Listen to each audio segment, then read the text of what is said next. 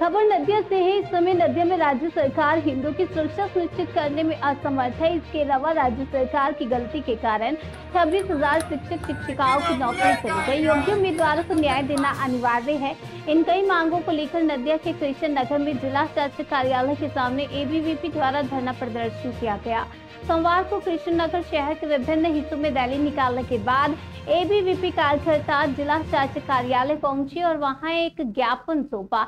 उसके बाद उन्होंने कार्यालय के सामने काफी समय तक धरना दिया। अंत में ज्ञापन जमा कर एबीवीपी के सदस्यों ने राज्य सरकार के खिलाफ गहरा आक्रोश व्यक्त किया।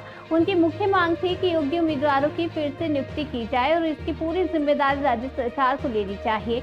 इसके अलावा पूरे राज्य में जिस तरह से हिंदुओं का नरसंहार हो रहा है, उसे देखते हुए पश्चिम बंगाल का हाल भी कश्मीर जैसा होने में अब ज्यादा समय नहीं लगेगा।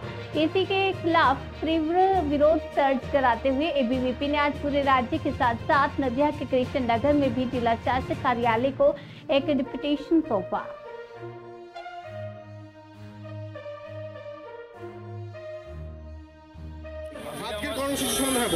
আজকে আমাদের ডিএম অফিসে ডেপুটেশন ছিল। আমরা আন্দোলনের মাধ্যমে র্যালি করে এসে এখানে অবস্থান করেছিলাম এবং তারপরে গেলাম, কিন্তু আমরা দেখলাম ডিএম সাহেব ছিলেন না। এডিএম সাহেব আমাদের থেকে ডেপুটেশন নিলেন। আমরা আমাদের যে দাবিগুলো ছিল সেই দাবিগুলো ওনাদেরকে স্পষ্টভাবে জানিয়ে এসেছি যে আজকে যেরকম পুরো পশ্চিমবঙ্গ জুড়ে উত্তরবঙ্গ এবং দক্ষিণবঙ্গে প্রত্যেকটা ডিএম অফিসার আমরা ডেপুটেশন দিয়েছি। আগামী দিনে কিন্তু আমরা এর থেকে অনেক বড় আন্দোলনের মাধ্যমে কিন্তু অনেক বড় স্টেপ নিতে বাধ্য হব। আজকে এবিভিপি ঘরে বসে থাকতে পারে না। আজকে আমরা দেখতে পাচ্ছি যে মালদার মতো জায়গায়, মুর্শিদাবাদের মতো জায়গায় কিসের ভিত্তিতে বলতে দিন এক মিনিট। মালদার মতো জায়গায়, মুর্শিদাবাদের মতো জায়গায় যখন হিন্দুদের নিধন চলছে, সেই টাইমে রাজ্যপাল পৌঁছানোর পরেও মুখ্যমন্ত্রী পৌঁছাতে পারছে না।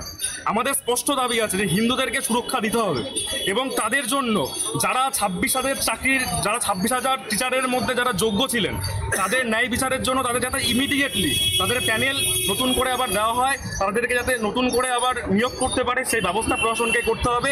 এবং এর আগেও আমরা দেখেছিলাম হাইকোর্টের একজন জাস্টিস বলে গেছিল এই রাজ্যে আইনের শাসন নয়, শাসকের আইন চলছে।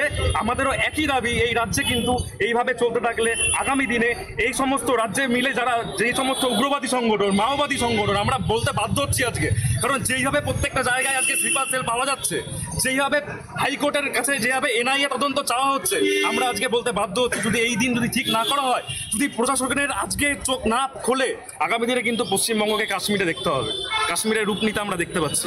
তো সেই জায়গা থেকে এবিভিপির স্পষ্ট দাবি যে প্রত্যেকটা জায়গায় যারা যোগ্য চাকরি প্রার্থী তাদেরকে প্যানেলে সুযোগ দিতে হবে, অবিলম্বে তাদেরকে নিয়োগ প্রক্রিয়া শুরু করতে হবে এবং এই বৃহৎ দুর্নীতির সঙ্গে যারা যারা যুক্ত আছে, যে কোনো ধর্মের হতে পারে, সে যে কোনো রঙের হতে পারে, তাদেরকে দৃষ্টান্তমূলক শাস্তির ব্যবস্থা করতে হবে। যেখানে মুখ্যমন্ত্রী বলছে আগামী ডিসেম্বর পর্যন্ত তারা চাকরি করতে পারবে, বলুন। যেখানে মুখ্যমন্ত্রী আগামী দিনে বলছে ডিসেম্বর, মুখ্যমন্ত্রী তো বলছে ABCDE অনেক নাকি প্ল্যানিং রেডি আছে। তার এই প্ল্যানগুলো বলুক, তিনি মুখে কেন বলছে? ক্যামেরার সামনে, প্রকাশ্যে, মিডিয়ার সামনে বলুক।